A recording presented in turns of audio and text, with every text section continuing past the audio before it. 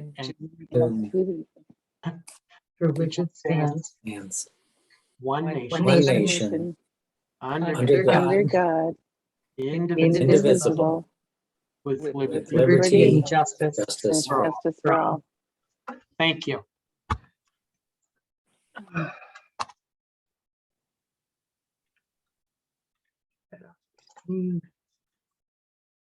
I'm going to go ahead and share my screen. Thank you.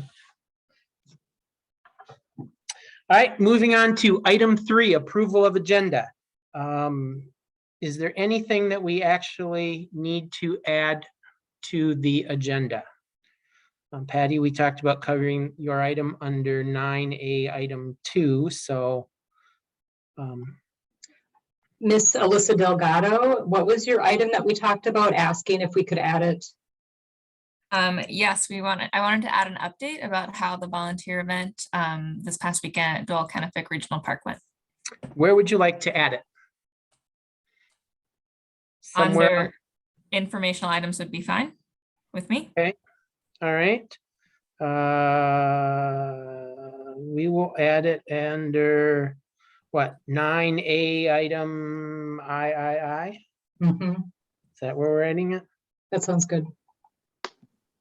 And volunteer info. All right. Cool. Anything else to add to the agenda? Hearing no other additions to the agenda, would someone like to make a motion to approve the agenda as amended? So moved. French. We have a motion by French, and I did not catch who made the second. Second by Stieg. Thank you. We have a motion by French, a second by Stieg to approve the agenda as amended. All right. All those in favor, Commissioner French, Aye. Commissioner Schmid, Aye. Commissioner Coop, Aye. Commissioner Spieler, Aye. Commissioner Gerlach, not present, Commissioner Ewert, aye, Commissioner Stieg. Aye. Motion passes unanimously. Thank you. We'll have to work out that verbiage because it's really not all in favor. It's yay or nay. I'll get there eventually. All right. Moving on to item 4, approval of the February 2nd meeting minutes. Anyone have any corrections? Did we get everybody's name spelled correctly? It's Cooper.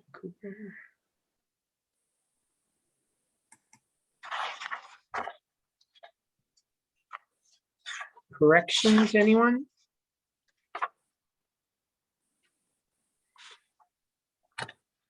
Again, hearing no corrections, would someone like to make a motion to approve the minutes as published? May I approve or make the motion? Thank you. Is there a second? I'll second. Cool. We have a motion and a second to approve the minutes as published. If you'd please cast your vote as part of the roll call. Commissioner French, Aye. Commissioner Schmid, Aye. Commissioner Coop, Yes. Commissioner Spieler, Yes. Commissioner Gerlach isn't present. Ewert, aye. Commissioner Stieg, Aye. motion carries. Thank you.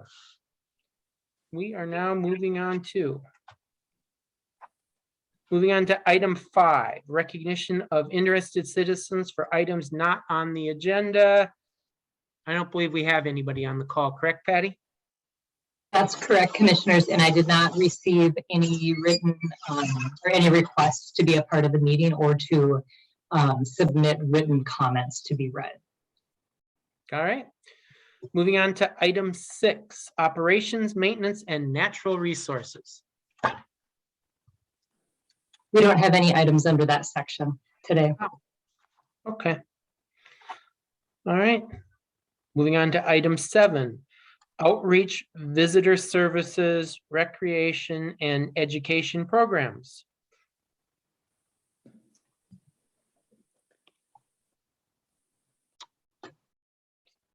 Sounds like we're going to hear about parks and nature story sharing partnership with libraries. Yes, thank you so much, Chair and Commissioners. Good evening, everyone. Alyssa Delgado here to share about a really awesome and creative partnership that the Parks Department has been working on with Scott County Libraries. So as everyone may know, that we're coming up on the final stage of the Spring Lake Development Project, and we are, staff was trying to brainstorm creative ways to gather final feedback that could help influence the design, the look and feel of the design for the lakefront parcel at Spring Lake. Traditional ways to get final feedback include open houses and having people kind of come to an event and give their perspectives on the designs, but we wanted to get a little bit more creative than that. So we actually partnered with Scott County Libraries to put out a call for stories from residents. And the goal is that through storytelling, park staff will be able to help solicit ideas and themes about not only just the area around Spring Lake, but also throughout the county that we can use for future planning projects as well. So we've been working alongside Scott County Libraries to kind of formulate how we're going to create this project. Libraries is submitting a legacy grant to provide funding in support of the items within this project. So, this is scrolling a lot. Yes, so the project between the two groups is kind of multifaceted. So not only will there be a call for stories that is open to the general public about stories from parklands or natural areas within Scott County, but the libraries is coordinating free writing workshops with the local teaching artists to help these authors kind of flesh out their stories and also improve the quality of writing. And we are going to be hosting one of those writing workshops at Clary Lake Regional Park. These workshops will also be offered, some of them will also be offered virtually. But what we think is a really fun incentive is that by submitting stories, you do have the opportunity to potentially be published in a book that will be housed within the Scott County Library system. So that's one of the other incentives of having the writing workshops. We're hoping that people will attend in order to kind of beef up their story and make it of higher quality so it has a greater chance of being published. And then we're definitely highlighting the fact that these stories could help influence the look and feel of design, not only at Spring Lake, but also in other projects throughout our parks planning process, including our regional trail master plans. We're hoping to, since the call for stories is countywide, we're hoping to kind of gain some insight along our trail corridors from our trail master plans as well. Currently, there are no set dates for the writing workshops, but they are being solidified this week and probably next as well. The one thing I wanted to add, and so in this memo, you can notice that there is a highlighted section. It says that the project, the title for the project or the book that will be published in Scott County Libraries will be called River Bluffs to Big Woods, and I said finished title. And that's because there is a second part that is being formulated as we speak, as the legacy grant is being finalized, but it'll be something along the lines of collecting stories from residents about parklands and natural areas in Scott County. So these workshops, the writing workshops will be scheduled throughout April and throughout mid-May, and then we're hoping to get all of our stories and kind of parse through for the items that we would like to use to influence design before August so that they can be incorporated into the final design at Spring Lake. And we're really excited about this opportunity, and Libraries is really excited about it too. We think it's a great way to kind of highlight how nature and stories can be really intertwined. And I'd be happy to answer any questions about this project that I can. Thank you.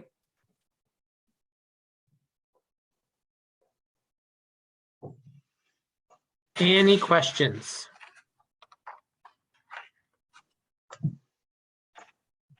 Anyone have any questions? Yeah, I have a question. This is Schmid. So Alyssa, is there a website that we can direct people to sign up for or get more information regarding this? Or how are we supposed to, as a commissioner, drive any interest? That's an excellent question, Commissioner. Thank you for that. Once the legacy grant has been approved and finalized, we will be, and there's no reason to think that it's not going to be. There will be more information being housed on the library's website. That's just not currently posted at the moment, which is why it's not included in this memo. But as soon as we have that information, along with the dates of the writing workshops and the submission dates, that will be shared with commissioners.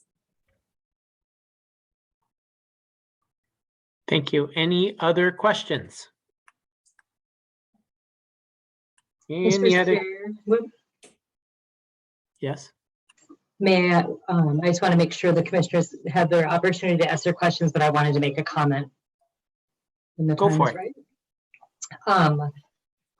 right. Folks are wondering like, how will this influence the design? That could be what people are thinking. I just wanted to share a couple ideas that we've thrown around.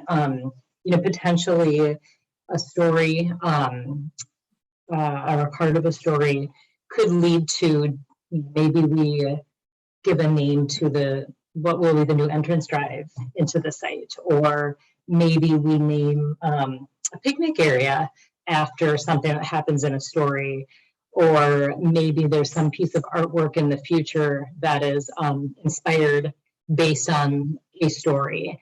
And then I wanted to mention something. So Alyssa's working, in addition to libraries, they have a few different community groups that they're trying to directly work with related to stories. And Alyssa, I just remembered, I wanted to mention that that there is a pretty active trades class at Shakopee that is interested in helping build things. And I wonder in our future, if the teacher you're working with, if we could sort of combine the storytelling and the parks and nature with the trades who, I think they build all different kinds of things. They do metalwork, they do woodwork. So as you were talking about the project, I was just putting those two things together. I think this could really be the start of a really special way to engage with different parts of the community at the park. So I just wanted to share that. Thank you. Thank you. Any other questions in regards to the storytelling partnership with library? Sensing none, thank you, Alyssa. And I believe you have item B also. I do. Thank you so much, Chair.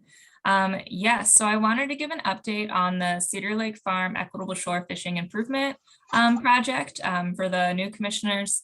Last year, Scott County Parks received 2 different equity grants from the Metropolitan Council. One was to improve shore fishing access at Cedar Lake Farm. And so this project kicked off in January of this year in 2022, where we had a kickoff meeting with some of our project partners. And these partners were invited to be a part of this project team based off of the communities and individuals that they serve. So the equity focuses for this grant were to connect with communities of lower income, connect with Southeast Asian communities, as well as the greater disability community. So in January, we did have the kickoff meeting where we did some context building and talked about the goals of the project. And in February, we ended up having our first partner workshop. And to go along with the theme of tonight, it was a workshop focused on storytelling. And something that's really unique about this project and actually helped us get really high scores when we were submitting throughout the grant process was that it is bringing multi-interest stakeholders together in the same room to learn from and share their perspectives and their barriers and their ideas for solutions alongside park staff and designers. So if you're unfamiliar with Cedar Lake Farm, this idea was really birthed from the fact that we have a lot of shore fishing pressure and people are shore fishing from unsanctioned areas in the park. And there's just limited access to what we think is a really great amenity at Cedar Lake Farm. So we're trying to address multiple issues throughout this project. And so at this workshop, we invited our project partners to brainstorm and share ways that their team or community uses Cedar Lake Farm or shorelines in general, to share anecdotes about stories or memories that they've had in these sites, to share about how their work can interact with a different shoreline access, and then also to share any barriers or potential solutions that they have to some of these barriers at the park. And so in the memo, you can get a sense of who the partners were. We did have Let's Go Fishing, ProAct Inc. We had the Three Rivers Programming Department, Minnesota DNR Fishing in the Neighborhood Program. We had our maintenance crew also share about the natural resources efforts that have been done for the restoration area along the shoreline. And it was a really great evening, our workshop. Though we're still lacking willing participation from our Southeast Asian community, we had a really great time learning from the different groups and how their use has been impacted from crowding or from just how it's kind of laid out at Cedar Lake Farm. And at the end of the workshop, I did ask what would stick with the partners. I asked everybody in the workshop, what would stick with you from this opportunity where partners were able to share stories of their participants at the park, or learning about how the DNR can, how they make improvements to docks so that people have a better time fishing, that sort of thing. And a lot of, almost everyone said that they really enjoyed just hearing the different perspectives from groups that they wouldn't normally be in the same room with. People liked being able to share also about their organizations and kind of the work that they did. So it was a really great evening, and we did have our consultants, our design consultants there as well. So they were listening, and the goal is that these stories will help us provide better equitable access for shore fishers and just shoreline users at Cedar Lake Farm. And our next, so you can, in the memo, you can also see our project timeline. So we're currently in the community engagement and partner workshopping phase. We'll be continuing this throughout early summer. And so this partner project has 2 more workshops that are associated with it. There'll be a second workshop that'll be on site at Cedar Lake Farm, where we'll kind of envision potential solutions to some of the problems that were mentioned. And then the third workshop will be going through final design and getting comments on that. And then there will also be other types of engagement to get more general feedback that I am working on, including having on-site conversations with people who are fishing, both from areas that are sanctioned for fishing and other areas that are not, as well as people who are fishing from the north end of Cedar Lake, to get a sense of why there and why not at the park, as well as other opportunities for engagement. But the project is lasting until June 2024, and then attached in this memo is a map identifying really the project focus area. And highlighting some of the areas that we kind of talk about throughout, so such as the restoration area and where the Let's Go Fishing dock is and the swimming beach, just to get a better sense of where we're focusing on making these equitable improvements. And I'd be happy to take any questions. Any questions for Alyssa? Mr. Chair, Yes. I don't have a question, but Alyssa, this is just very thorough, and I'm really pleased to see all the work that's gone into this. And I am particularly impressed with the outreach efforts that have already been undertaken and that are planned for the future, with going to the site, taking into consideration the shoreline fishing that's occurring on the north end of the lake. I think that's really important, and I'm really glad to hear that outreach effort. And I'm just really impressed with this project and the work going forward. Thank you so much. I appreciate that, Commissioner. Mm-hmm. Any other questions or comments? The only thing I would like to say is I also would like to echo what Commissioner French had to say, and also I can't think of a word all of a sudden, long day. Thank you, and acknowledge the fact that in my world, and even on the tour, it was about a shoreline, right? It was about saving a shoreline. And it never, until I was reading your memo, occurred to me that it's also about an equity and an access issue, right? You can't save the shoreline and then not deal with making sure that people can still access and have an equitable experience in terms of fishing. So I just want to laud you for taking something that was a very save the shoreline and doing something that is broader and really serves our users in the end. So thank you. Yeah, thank you, Chair. It's definitely a project trying to focus on being a spot for everyone and kind of being a multi-use spot in both, recreation and enjoyment, and then also natural resource protection, which is what I think, our Parks Department is always striving to do. And so it's a fun community-focused project that I've been able to be on. Thank you. Any other questions? If not, hearing none, we will move on to item 8, administration, planning and development. 8A, review of early Spring Lake lakefront concept plans. All right, I will take it from here. Commissioners, my name is Patty Freeman. I'm the general manager of Scott County Parks. I forgot to mention at the beginning that we probably should have staff be introducing themselves too on the remote calls. So I'll try to get better at that. So since our last meeting in January, or February, excuse me, the project team working on the Spring Lake Development Project, we've made some pretty good progress in a few different areas. And I wanted to update the commission and then actually talk through a couple design considerations that we may need to make decisions on in the next couple of months. So first, I wanted to just mention that we have been able to do a little bit of progress with our outreach to the general community and then some of the neighboring parcels where there are some concerns. We were able to meet with the Spring Lake Estates Neighborhood Association on, I think it was February 10th.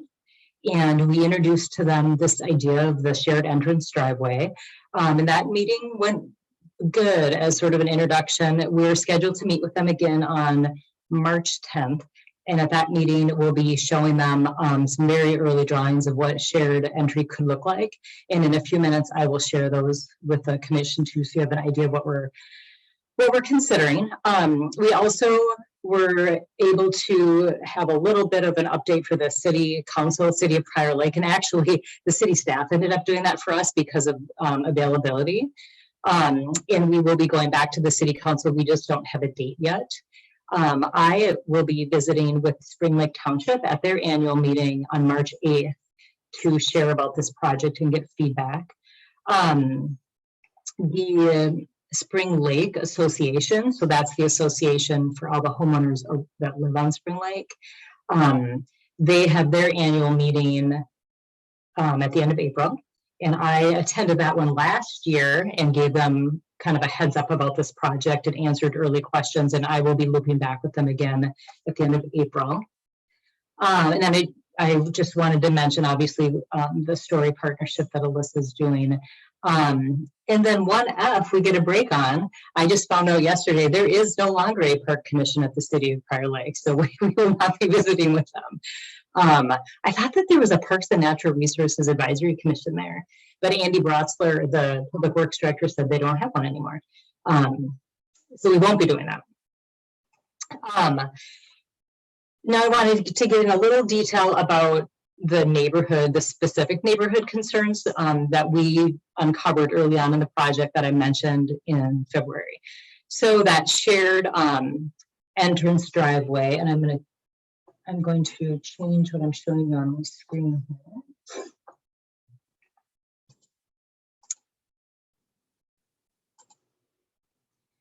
So there's going to be 3 different images that we're going to look at. 2 of them are really, really similar.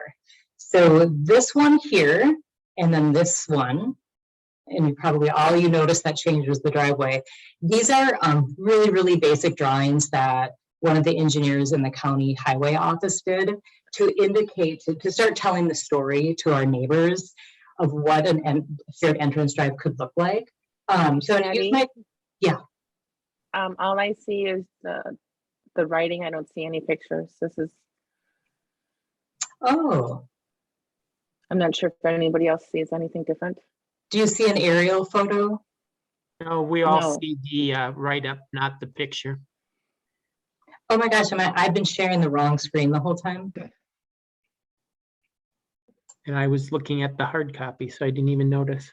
Yeah, I was supposed to be sharing the agenda when Alyssa was presenting, and then I was going to toggle to the images. Here we go. Thank you, Commissioner Schmidt, for pointing that out. Are you seeing an aerial photo? We're seeing a aerial photo of, yes. All right. So can you see my cursor? Yes. Okay, so this is County Road 12. Spring Lake Regional Park is to the north of this road and to the south. Our lakeshore parcel is this here to the south. And at the very northwestern corner of our parcel, we are envisioning either our own entry into our park or a shared entry. So currently, this property over here, this is owned by the Spring Lake Estates Neighborhood Association, and they use this in the summertime. They have docking, and they're able to park their boats there and use that sort of as their private park. And their entrance right now is right here on the property line off of County Road 12. And in reviewing our project with the highway group, the transportation folks had some concerns about having two driveways so close together on this stretch of roadway. Because of the way it's designed, people drive a little bit faster on this stretch as opposed to the west and the east where there's many driveways and it's a different driving environment. So right now, the highway folks are essentially saying, we really want you to try to work through a shared driveway solution. And if we were to move forward with that, we would need cooperation from the people to the west of our property to close their driveway and then enter through our driveway, and then we would provide a different entry for them. In addition to the shared entry, I don't know if you've noted, you can tell, if you're not very familiar with the roadway, you may not notice, but the painting diagram on here, this shows what the highway department would recommend for changing the road in terms of adding like a turn lane. Right now, this is just a 2-lane road and there's no turn lane. The great thing about this is if it ends up that through their analysis, the transportation people really think we need to make adjustments to the roadway, all of this can fit within the existing curb. So there wouldn't be an expense of having to change the road.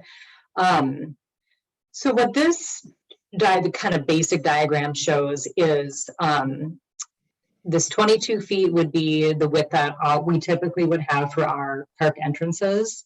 And then the driveway for the neighbors could be about 16 feet. Now I'm going to show you this one is just slightly different with the 20-foot width for the neighbors. They don't need that much space. So that's really an option we won't be considering.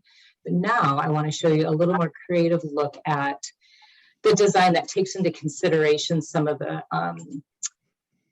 site characteristics. So we're still very early in the process. Try to ignore everything except for the northwest corner right now. So our engineering consultants took into consideration our tree survey of the site. So we've had the entire park surveyed, the topography, as well as significant trees. And we know that in the northwest corner, there's some pretty nice significant trees. And then in the center of the park, and then down kind of a ribbon through the southern part of the park. And we would like to avoid impacting those trees to the northwest. In the diagrams that our highway engineers drew, they didn't have this information in front of them. So they did not reflect avoiding those trees. In this diagram, we would move the entrance a little bit to the east, and our neighbors would share it with us, and they would cut over to their property a little bit south of what the diagram I just showed you We are still very much working through this. We'll be talking with the neighbors about this, or the neighborhood board, like I mentioned, on March 10th to see what they have to say. Having them share or use this roadway could require easement permission through Met Council and the state. So there's some complexities to this. A lot of it is still very much in motion. If you look at it just from a transportation perspective, it makes sense. When you add in some of the complexities, it starts to get complicated, and the county, will continue to weigh all these things as we move through the process. So we're kind of separating this northwest corner of the park, saying at some point, regardless or whether we share with the neighbors or not, we need to start deciding where does the road where is it going to connect anyway. So we're kind of having the process move forward in designing that northwest corner and then the rest of the park in parallel to each other. So that's a little bit about the shared driveway. I'm going to pause there before I move on to the next sort of design concern I wanted to share, and just see if are there questions, are there comments about this shared driveway proposal that we're working through. Questions, anyone?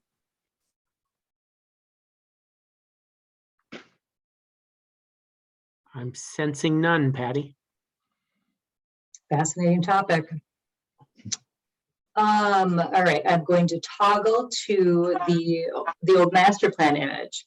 Are you seeing that on your screens? Yes. All right. This plan guides that we take the existing snowmobile route, which currently cuts through the middle of the site, and has it moved to run along County Road 12, cross here, and then run along the eastern edge of the property. And this is what I mentioned last month. We did a site visit last week, and we met with the Snowmobile Club, and we worked through some different options. And what we think it makes some sense is that we can have the snowmobile trail cross pretty much in the place that it crosses the County Road 12 today. So something about in this area, and it can travel along the south side of the sidewalk without any sort of modification to the landscape, which is great.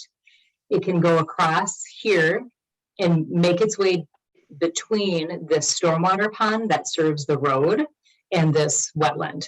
And we believe there's enough room here to host a snowmobile trail and a paved trail. We do think there's going to be enough use of this site in the winter that we're going to want to plow the paved trails. So we're really looking for an option where they can coexist.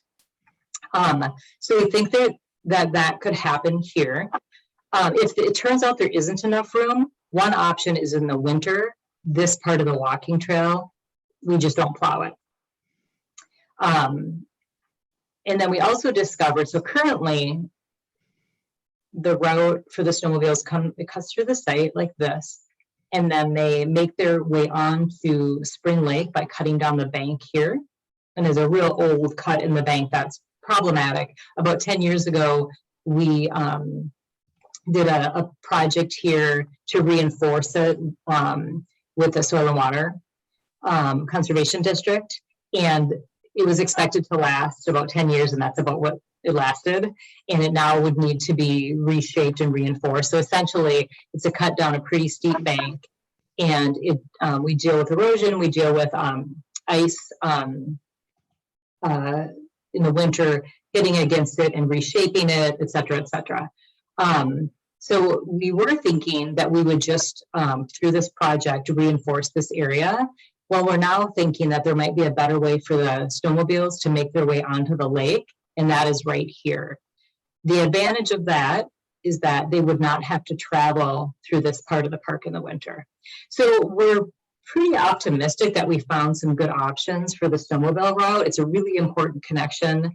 I should say, especially for the newer commissioners, regional parks typically by policy are not in place to provide snowmobile trails, but we do accommodate them in terms of like connecting short distances through a park if it's a really important trail. And this is definitely an important trail.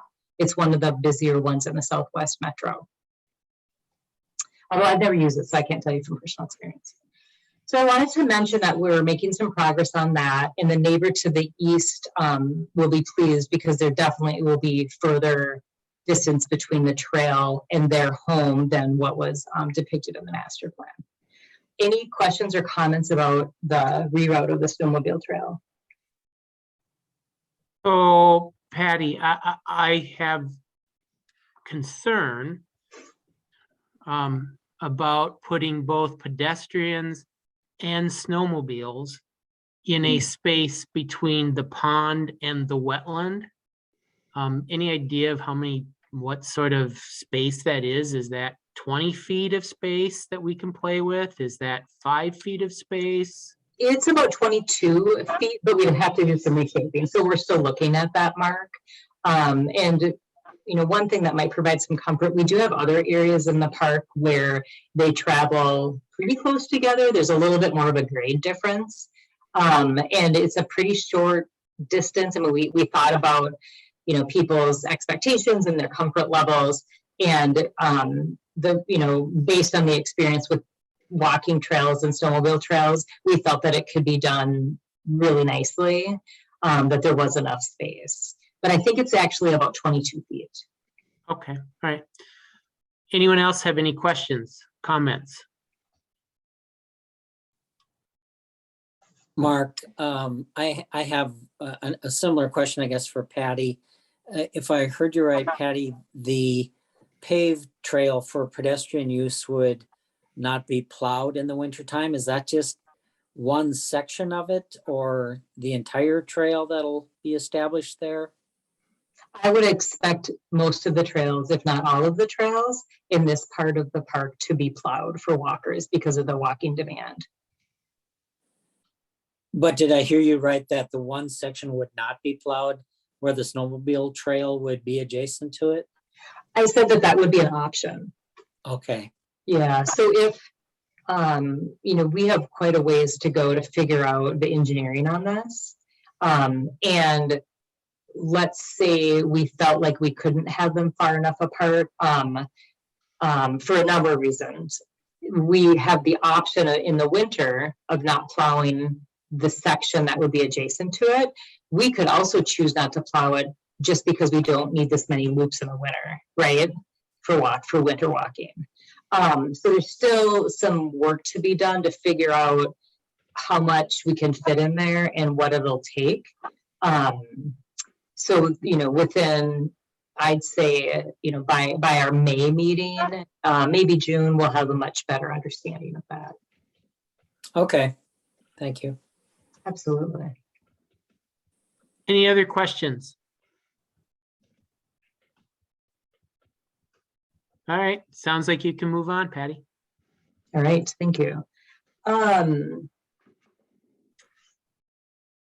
also wanted to have the commission start thinking about, and certainly give me some feedback if you want to at this point, about the site's old road bed. So hopefully the commissioners remember when we toured the site, we walked out, so this is back in, I think, September, when we held our meeting here.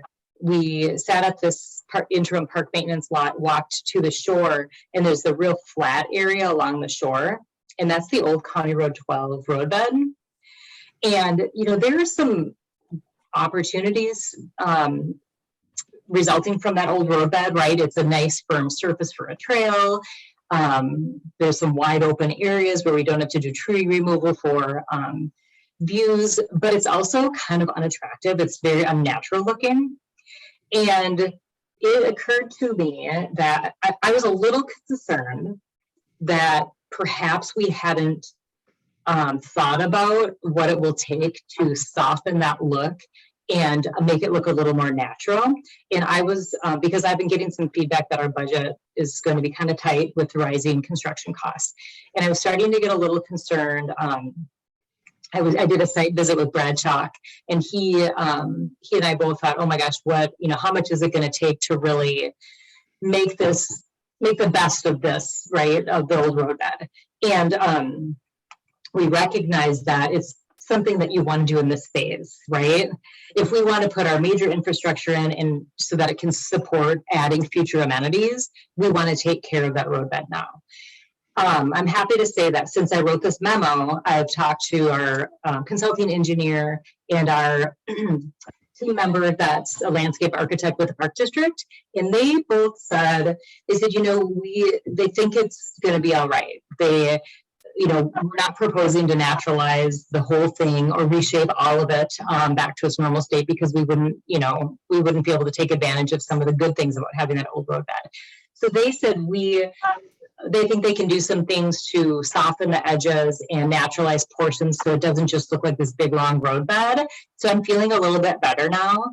But it is something that we'll watch. And I just wanted folks to know about that in case 2 months from now we're looking at, you know, gosh, we need to put more money into grading and maybe we can't do something else at this point. So just wanted to make you aware of that. Any feedback just on that right now, or any questions?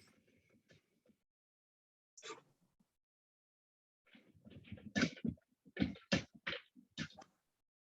you remind us, Patty, because I'm trying to remember, that roadbed, parts of it have concrete or asphalt on it, don't they? It's Yeah, not there's like, a short segment, yep, from the eastern edge down to, I forget, actually, you know what, it might even be this. See this odd on the survey? See this odd looking long rectangle? yes. That actually might be representing the old bituminous, so that will come out. Okay. Yeah. All right, thank you. You're welcome. Any other questions, comments About the roadbed? in general to what you're talking about? I'm sensing none, so you can continue to move on, Patty. Thank you. A little bit more about the observation deck that I introduced the commission to at our last meeting. So in your packet, you'll see that I once again included the illustration from the master plan that envisions the observation deck. And I think I mentioned at the last meeting that we were pretty certain at that time that we couldn't fully do that, that vision, that the DNR wouldn't allow us to put pillars in the lake shore that far out. And we've since met with several different water resources group, including the DNR, and they've confirmed, no, you can't put pillars that are drilled into the lake bed that are permanent. And we have gotten feedback that they would allow us, if we wanted to cantilever out a deck, so kind of perched up high, because the shore there is a little bit high, taking the deck and perching it out. Maybe it's only 6 inches, maybe it's a couple feet, but still right at that edge. And the guidance that we got is that the edge of it, so the edge of it over the water, can't be further out than where the ordinary high water mark, where that elevation point is. And we don't know how far out that is yet, so we'll be looking at that. But one thing I wanted us to think about now, because as we continue the design and as we start getting information back about the construction costs, the observation deck probably will be one of those items that, because of the engineering, it will be a potentially significant part of the budget. It's also considered, one of the primary amenities that we wanted to add. So we might be in a position at some point where we're weighing some of the different amenities that we've been talking about and saying which ones do we want to do. So I just wanted to mention that. And at this point, we are guiding the design to really stay true to putting that deck in the location that it was guided for. So when we were out on that site, we looked at where it would probably go, and that it be at grade, so that when people are at the park, it's very noticeable. It's, that you come across it really easily when you're walking down the trail, that it's not down floating on the water where it's kind of hidden. And those two those two options are very different from each other. And I just wanting to bring that up to the commission that at this point, our guidance is we stay true to that vision. It's a little bit unique. You don't see a lot of parks with that sort of kind of higher deck opportunity that's right on that water's edge. So I wanted to make sure that we were really clear on that. And the next thing I wanted to chat about is the location of the Four Seasons Pavilion. The project scope does not include constructing the Four Seasons Pavilion, but we do need to decide where it's going to go so that we can build the infrastructure around it. The parking areas, the trails, et cetera, et cetera. And if we go back to the master plan, it's located about in this location. Our options that we're looking at, one of them is pretty close to that. We're moving a little bit south towards the lake to avoid some large trees. But we're looking at either this option A, so in this general area, or an option B. And I can share a little bit about what the project team has commented on and where the direction that we're heading. And I would love to get some feedback from the Parks Commissioners. So, one of the things we're thinking about, well, first, let me share a reminder about the size of the building. So we're looking at something that would have a capacity for about 150 to 200 people. If they're seated at tables, about 100 people. And it would be a reservation space. So people will be using this for family reunions, maybe milestone birthdays, maybe some small conferences, open houses, that sort of thing, real small weddings and receptions. And it's intended to have sort of an arbor that leads out and has a view of the lake. So that would fit in this area or in this option B. What's interesting about this option B is that you could have a pretty nice entrance from the parking lot through these existing mature trees to come out to the new building. One of the things that people really liked about option A, similar to the master plan, it's at grade with the parking lot, or relatively so. So if you're having an event here, you're carting your stuff in there, and it's not a long ways to go. In this scenario, it's actually quite a ways to get down there, and the grade changes quite a bit. And we're a little bit concerned about how much grading we would have to do. One of the pros of having it over here would be that real easy access to the parking lot. Operationally, it does end up being a problem. That's one thing that we've learned over the years at Cedar Lake Farm, and then certainly our operations staff throughout the park district. They know the realities of the challenge of people hauling stuff to a reservation spot. One last consideration I want to throw out, and then I'd love to hear some feedback or answer some questions, is that the intent or sort of the vision for the shore here is to have really open access, right? Lots of family picnicking, someday a play area, trails, fishing pier, lots of opportunities for people to interact without having to reserve something. And if we plop a large building down this close to the water, you do end up sort of taking that space over. And there's fewer people that feel like they can use that area. And that has happened at other parks. That's been a challenge at, I think, is Bryant Lake Park. So that's another thing that we're considering. And we also know this is a really nice sort of undulating part of the park, the landscape. And this is where we would envision family picnicking.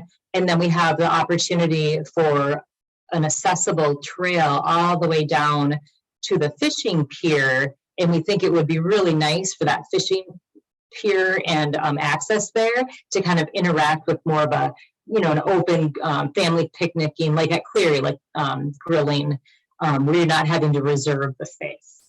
So those are just a few of the things we've been talking through in terms of figuring out where we should guide that future building. And I would love to hear if there are questions or if there's feedback you want to share at this time. Anyone have any questions or feedback for Patty?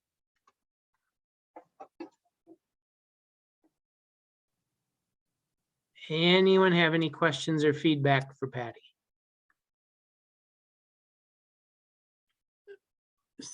Okay, so I have a question, Patty, and I apologize. You probably just told us and I just spaced it out. But what was the reasoning for bringing us an option 2 or an option B when we had talked about option A forever? What was the, Right. Because the master plan was done 15 years ago and the consultants wanted us to think of something else. okay, And so it's good. It's good to, we've been staring at the same document for 15 years. Things have changed. And it's good to sort of say, hey, let's check ourselves and make sure, does this make sense? Similar to, the master plan actually has the building located right here, and we're adjusting that. It's a good process to go through. And so we're reconfirming. okay. And what were the downsides again of option A? I know there was the business about obstructing. I'm sorry, why don't you go ahead and remind us what option A I was? haven't heard many downsides to option A. I've only heard, pros. Okay, and option B, downsides to option B is that, right, it's a wonderful location to do our picnicking-esque kind of area, and the fact that the undulating sort of landscape lends itself to that. The fact that we have a trail that runs right through it, which would not be, or a path that runs right through it, which would not be conducive to, we have a large-scale event going on there, and now we have people who would like to walk through it. Coupling all of that with access to the fishing pier and those kinds of things, at least based on those sorts of things, I personally don't see a lot of reason to be considering option B. But again, that's me personally. So any of the other commissioners have any input, thoughts, questions for Patty? Mr. Chair. Yeah, Mr. Chair. Oh, sorry, go ahead, Kristen. A quick question and then my comment. My question is, Patty, can you direct me again where the potential cantilevered observation deck would be? So let me toggle so I can orient myself. So see, it's about in the middle of the park. It's about here. Yep, okay. So if we go back, so it's right about in this area. Yep, okay. I guess also then my thoughts, I concur with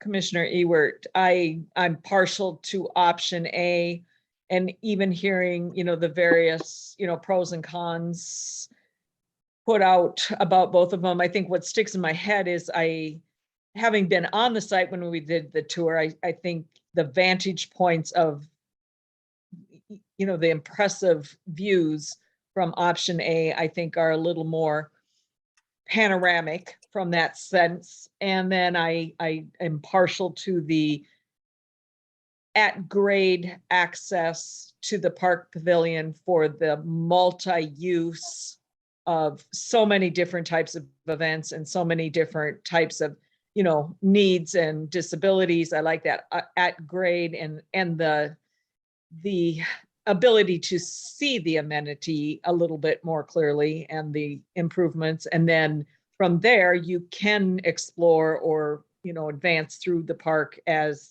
other, desires of people who come to the park. But I'm partial to option A. Thank you very much for those comments. It's really helpful. I think Commissioner Schmid might have had some question. Yes, thank you, Chair. Patty, so on the master plan where the current plaza is supposed to be, obviously those trees are more important to keep, but there's also appears to be like some kind of decking that is attached to this stormwater pond. Would there be any type of access or similar type decking off of option A's? We, the vision that's in the master plan is a little unrealistic, we've realized. So while we do expect that the building will have, some sort of arbor, I mean, that, you know, that we can still do that vision, it will not be as much associated with that stormwater pond. It's kind of unrealistic. The stormwater pond will never excuse me, this is actually a wetland. The stormwater pond is to the east. The way that the site is developed is different than what's shown here. And the wetland won't ever really have standing water. So it's kind of an unrealistic vision, and which dawned on me just a few months ago as I dug into this project. So I do believe that in option A, let me toggle back, there is room for sort of that idea of the building opening out on some sort of patio. I think it's more like a patio and an arbor structure. Is that what you're asking, Lori? Yes, that is. Yes, there'll be enough room for that. Then I guess my preference would be for option A. I think we've all realized there's a lot of disadvantages to option B, with the only advantage mainly being able to see the lake.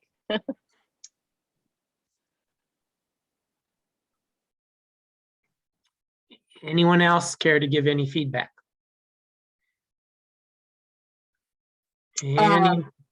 Yes, go ahead.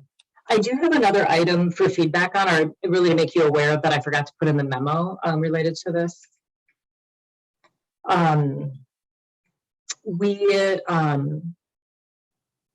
So a restroom. Yes. Yeah. So the building, when it's built, will absolutely have restrooms.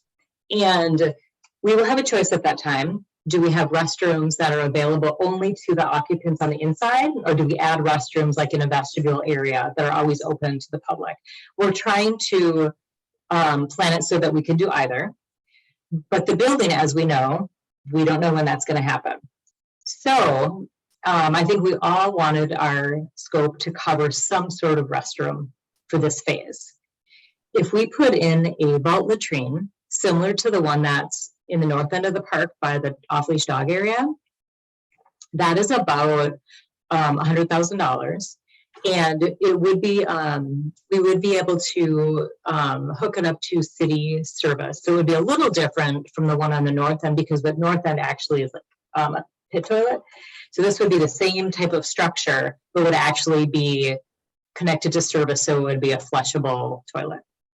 But it's definitely, you know, kind of your bare minimum, not a lot of bells and whistles, you know, doesn't feel like a terribly wonderful bathroom, but it's, you know, economical, and a lot of park agencies use them. We had hoped that we might be able to do just a teeny tiny bathroom building that truly was a bathroom building that had finishes, right?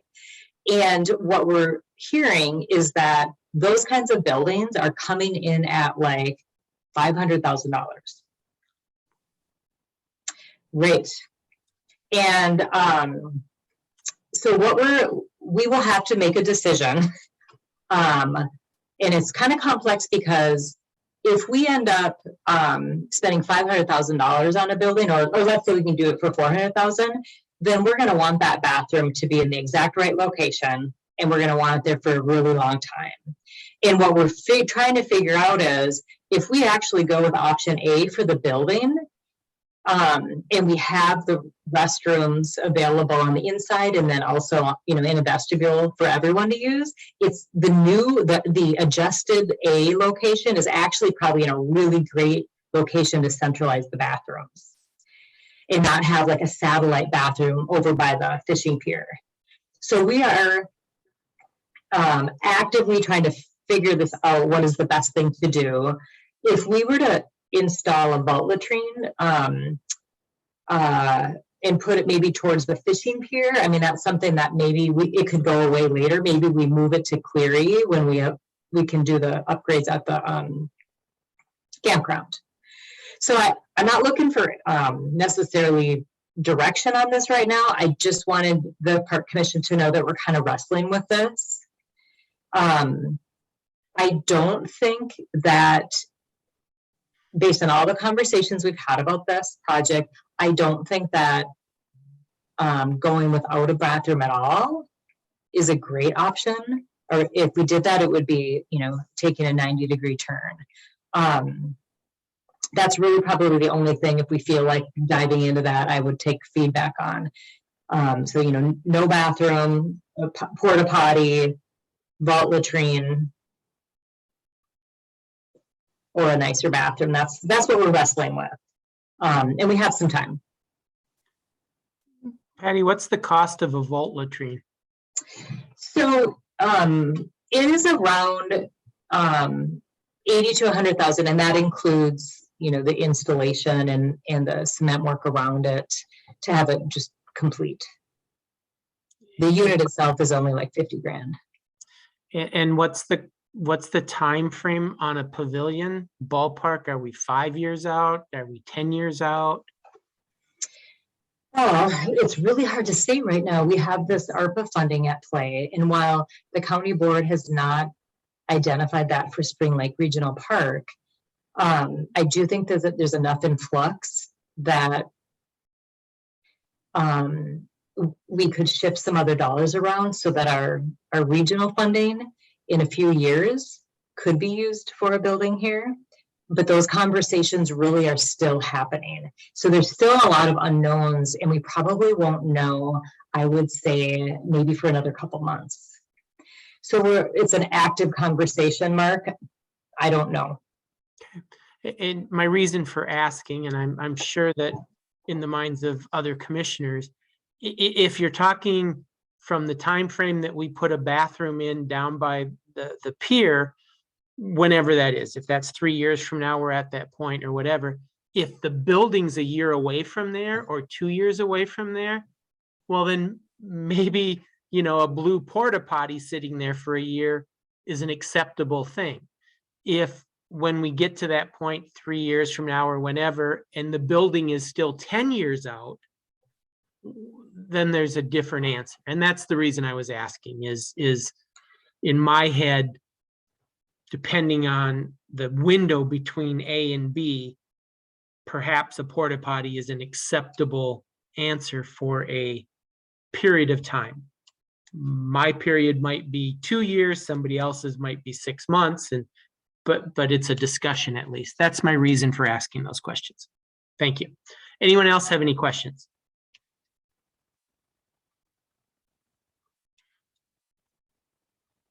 Anyone else have any questions?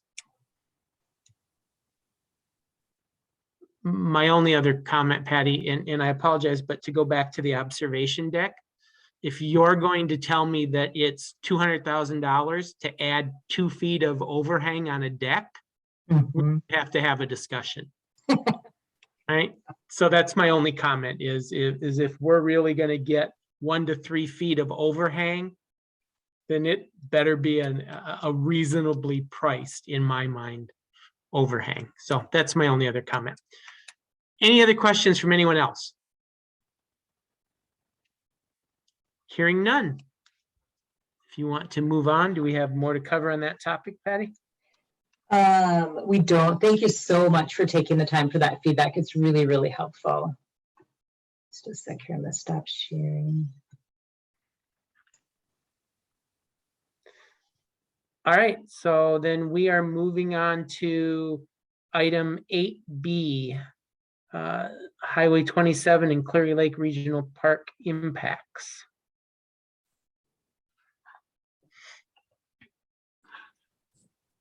Hello, everyone. This is Nathan Moe, Park Planner.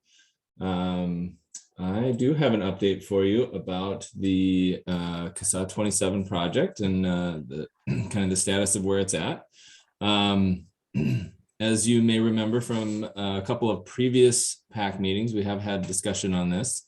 First, just introducing the idea that the park will likely have some impacts based on the widening of CSAH 27 on the east side of Cleary Lake Regional Park. And then later we discussed what types of mitigation we should pursue due to those impacts. As you probably recall, there were restrictive covenants on the land within Cleary Lake Regional Park, and anytime that you impact those, you need to figure out some way to mitigate that. So I just wanted to give you an update on where we are with that project. There are some things that I'd like to share related to that. Firstly, many of you are, I'm sure, aware that there has been some of the construction going on related to the widening of Cleary Lake, or excuse me, of CSAH 27. That occurred last fall and was the initial phase of work to be done on that roadway. More will continue during the summer or construction months in 2022. But we were, throughout the planning process of this project, we were adamant that we wanted to have minimal impact to the park.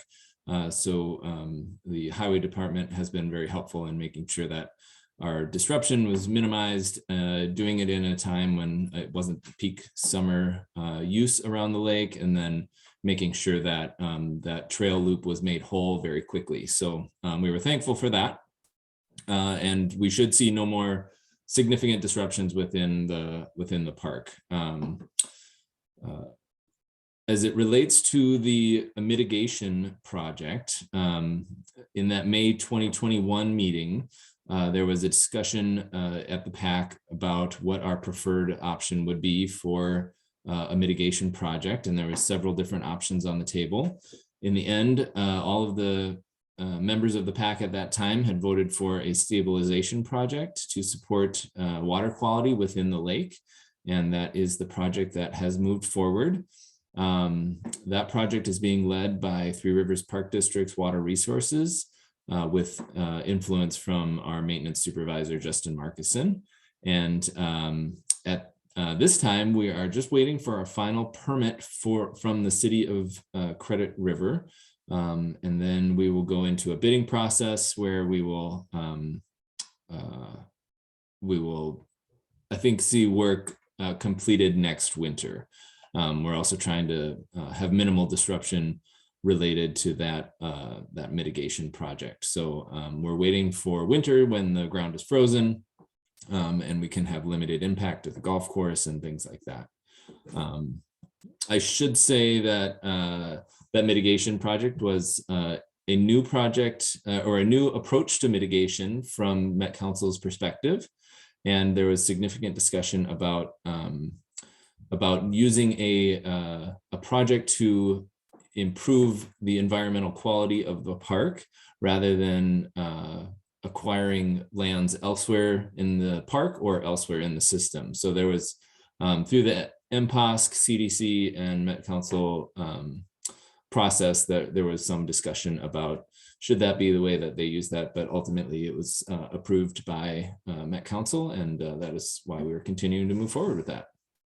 A couple of other pieces that we had to pursue in the past year and in the future are related to some of the recreational amenities that are impacted by this road widening.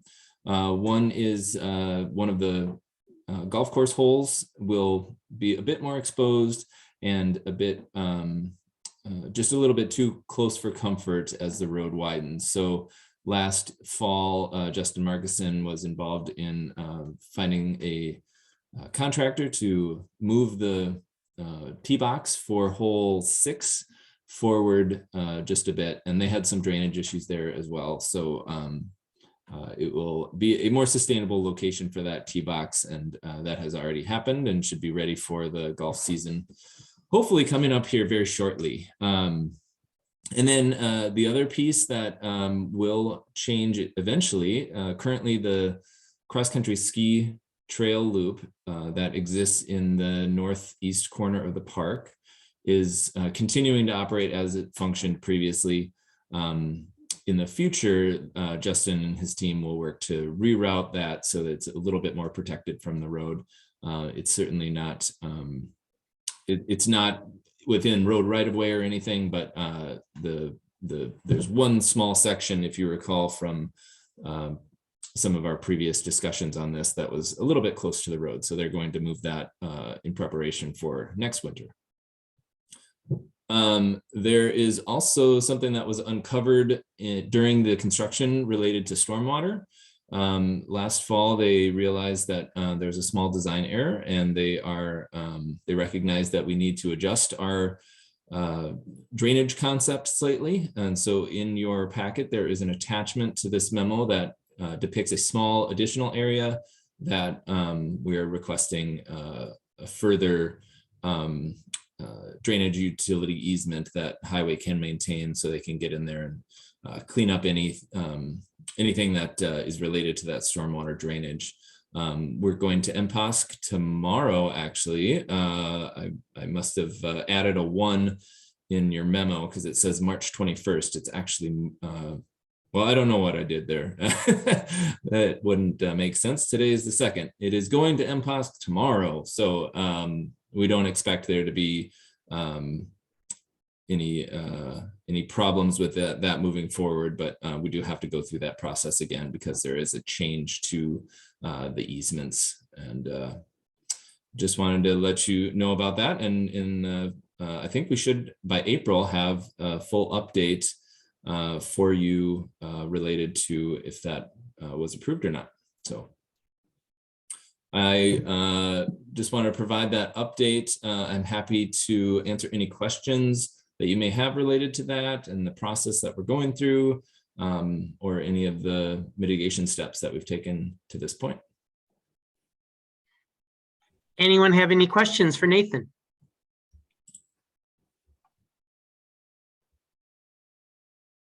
Anyone have any questions for Nathan?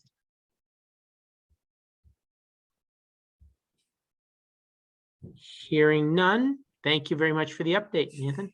Of course. All right, moving on to item 9.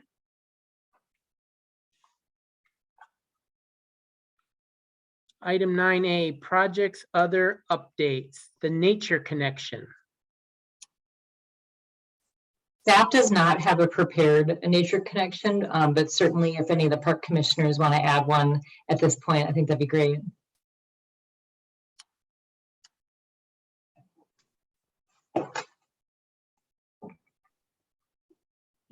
Anyone have anything they'd like to share?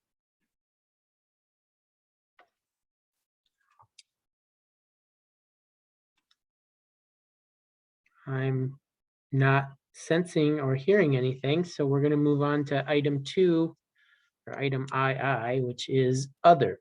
And I think, Patty, you had something to talk about as it relates to our April meeting.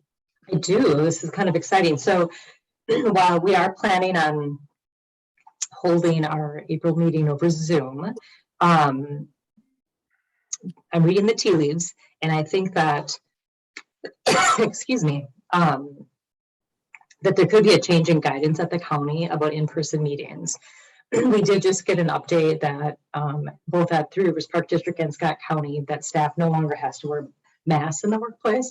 And I know that there's a conversation about updating other guidance as we speak. They're working on that, but they haven't announced anything. And the boardroom is ready, the new newly remodeled boardroom and the board workshop. And they were available to reserve. So actually I asked Dominique to reserve the room for the rest of the year. And I asked her to proactively reserve our April date. The board, you're gonna laugh. I asked her to reserve the board meeting room and the workshop room, because if we can meet in person, we're gonna be there early and we're gonna have food and we're gonna talk to each other face to face. But we don't know yet. So at this point, you know, we'll treat it as a Zoom meeting, and then if we can switch it to the in-person, you know, that'd be great. So I just wanted to let folks know about that. I'm super excited.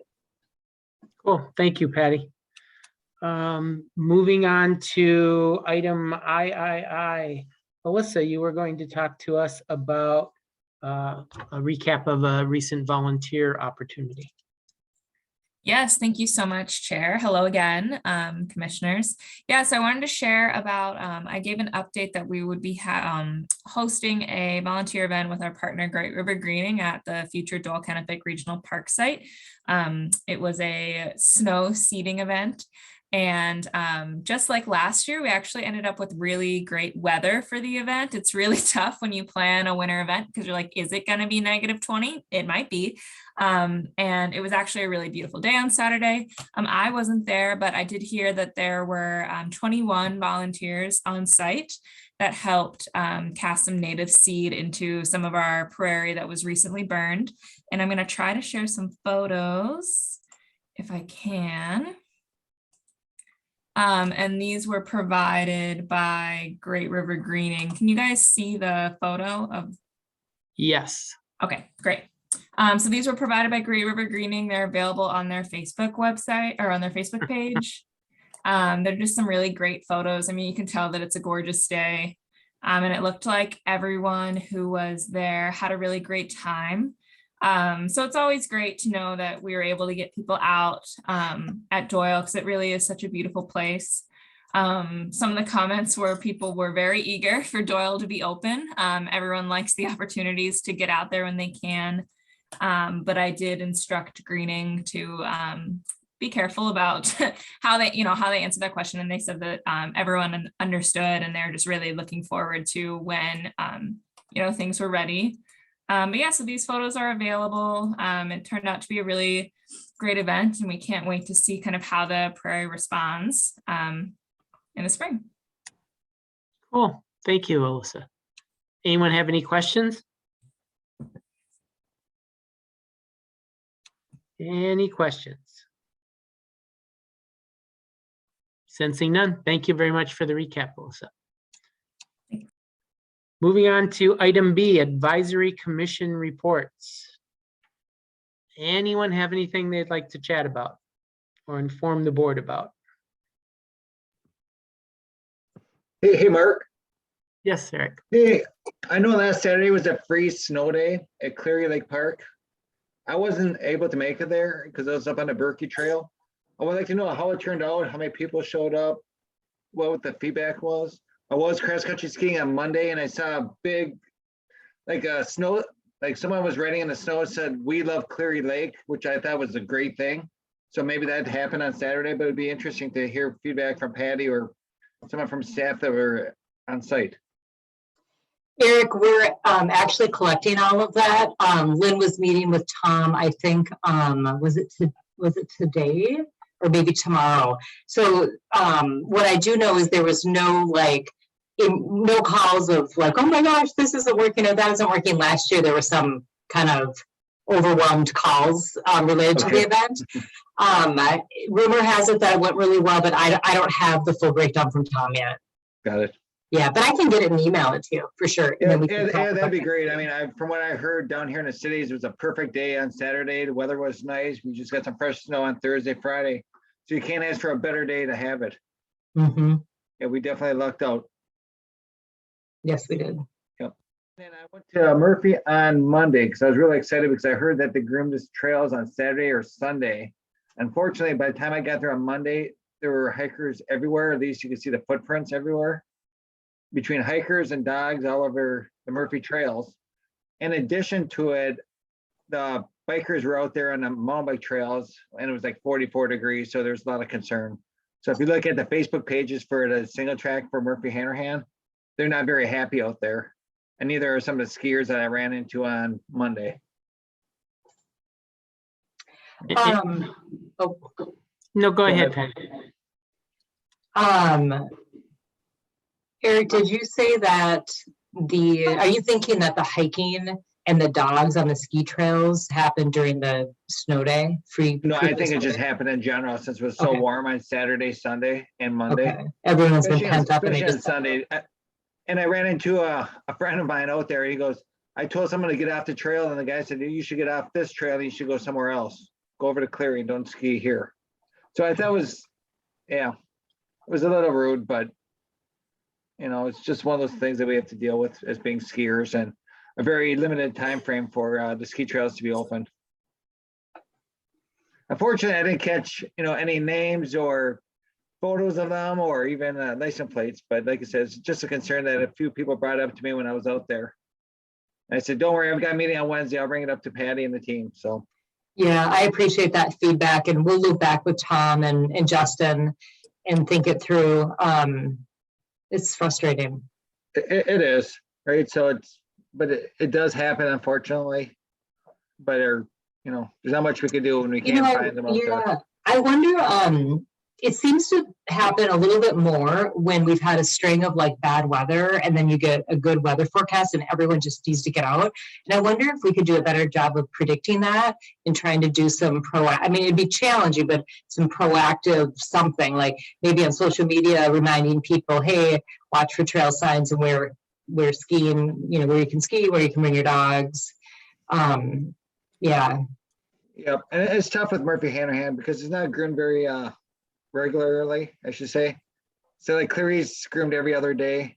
Murphy gets groomed maybe once every few weeks, depending on how much snow is out there. So there's a lot of walkers out there, so they're just used to walking, and then all of a sudden you get more snow, and they're like, "Well, nobody skied here already, so I might as well walk on it." Yep. So yeah, so I was gonna bring that one up. In regards to Cleary Lake Park, they've taken down a lot of trees over there.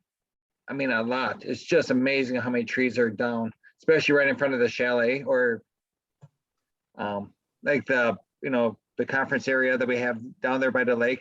But it's Yeah, just the amazing. pavilion. There must have been 100 trees that came down, it felt like. And there's, wood piles It's- everywhere. Yeah, and it's for Emerald Ash Borer. Yep. Yeah. Is it really? Okay. So for years we've been doing approximately 10% removal a year, and they upped it more this year. And I honestly can't tell you why. I could ask Justin. We get an update from him, but it's all related to ash borer. Okay. So will they burn that wood, or what did they do with that wood that they cut down, those trees? Well, there's either burn it or, there's some specific things you need to do with it. You can cover it and let it sit for a certain period of time before you can do anything with it, Eric. You can't really move it around. Okay. It's been a while since I refreshed my memory on, what you're able to do with potentially infected wood, although they don't necessarily know that is infected. They're just being, this is a proactive measure. Got it. Okay. Yeah. I wasn't sure because I know Cleary was doing that, and I was over at Highland, and they're doing a lot of tree cutting as well over there. It might be good to have another, kind of an update on where they're at and with ash borer preemptive removals and reactionary removals. I mean, that might be something that we could have the forestry group come and talk to us about if the commission is interested. Okay. But thank you. Yep. And I'll ask Justin specifically what the plan is, how much more they're going to do, and I can report back. Okay. Like I said, I just noticed some out there a few weeks ago, and next thing you know, there's trees coming down everywhere, and piles of trees and branches all over the golf course area. So I know they want to probably get them all cleaned up before they can open up the golf course in the next couple of weeks, once we get some warm days. Yeah, and I'll also mention that, wintertime is the best time to get out there and do that aggressive trimming. Yeah, and especially for oaks. I mean, really, well, the oaks probably should have been done before February. And we kind of go in spurts, so it may be 8 years between major trimming of branches. And so that also might be what's going on. So let me get a little more information from Justin so we know. Okay, that sounds good. Thank you. Any other? Overall for Cleary Lake Park, there's been so many people out on the trails. Everybody seems to be happy. Every Sunday there's a youth ski league, and the numbers have been huge. So it's whatever they're doing at Cleary right now, it seems to be working very well. Thank you, Commissioner Spieler. Is there anyone else who has any comments? Anyone else with commissioner reports? My only comment would go back to Commissioner Spieler's remarks about the dogs and walkers on trails, and I'll just reiterate my ongoing comment about, if you are unfamiliar with the parks, we need to figure out a better way to tell people to stay off the trails. Because, right, I was there in the summer and I could walk on it, and now I'm coming back 4 months later because my doctor said I should exercise at least once every 4 months. And I don't know. Now, the rudeness part I can't defend or even begin to, but we just need to do a better job at telling people that, yeah, I know you walked on this last summer, but now it's not. And I don't know if that's better signs. I don't know what it is, but it's just, it's always an ongoing issue. And I think both of you are right in that once the weather starts to, to warm up and people just don't understand the rules, and we just need to do a better job at explaining them or somehow telling people. At least that's my thoughts. But anyway, any other comments from any other commissioner? Hearing none. Moving on to item 10. Upcoming meetings. What would you like to talk about, Patty? We are having Let's Go Fishing come and do an update, and as a part of that update, so we'll have someone from their board, and then we'll have Tom Bulk presenting. So Tom and his group and Justin and his group do the bulk of interactions with Let's Go Fishing in that operation at Cedar Lake Farm. So they're interacting with their volunteers, they're helping to maintain the boat, et cetera, et cetera. And Tom and Justin's role is to support and then also kind of communicate back to us so that we know that relationship is going well, and to talk through any issues so that we can nip them in the bud so we keep a healthy partnership. So those two are working on, because we haven't heard from Let's Go Fishing for a couple of years, they're working on getting updates from them and drafting some information. And so you'll have a memo on that for April, and then a presentation. And it's always great to hear from the Let's Go Fishing people, see how, what they've been doing, how their volunteer count is, what their plans are for the summer. So I am super excited to have them back after several years. I would like us to talk about where the commissioners would like to have offsite meetings. We mentioned that in January, I think, but I'd like to get a little bit more feedback from folks, and then we'll come back in May with a plan for where we should meet. So for our offsite meetings, we'll want to think about timing them with projects that are going on. We probably might be fun to have another one out at Spring Lake Lakefront, for instance, to pair that up with the design project that's going. Having one at Cedar Lake Farm to pair that up with the project that Alyssa's leading related to the shoreland. And then do we want to try to do a tour at some point this year?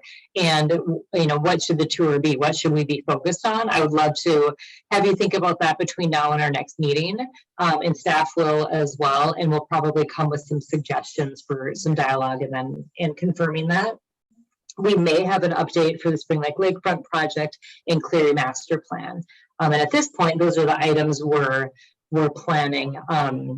The last two may or may not happen depending on whether or not we have any significant change to report to the commission. Thank you, Patty. My only comment about that would be if we are doing a Let's Go Fishing update and we ended up having both a lakefront update and a master plan update, that might get to be a longer agenda. So don't know that, but depending on what those updates are. Sure. All right. Okay. Anything else? Okay. All right. Well, then at this time, it would be appropriate if someone would like to make a motion to adjourn. So moved, Spieler. Thank you, Commissioner Spieler. Is there a second? Second. Thank you. We have a motion and a second to adjourn. Commissioner French, Aye. Commissioner Schmid, Yes. Commissioner Coop, Yes. Commissioner Spieler, Yep. aye, Commissioner Stieg. Aye. We are adjourned. Thank you all. Thank you. Hopefully we'll see you in person next month at the county building. So, all right, take care. Thanks. Goodbye. Bye-bye.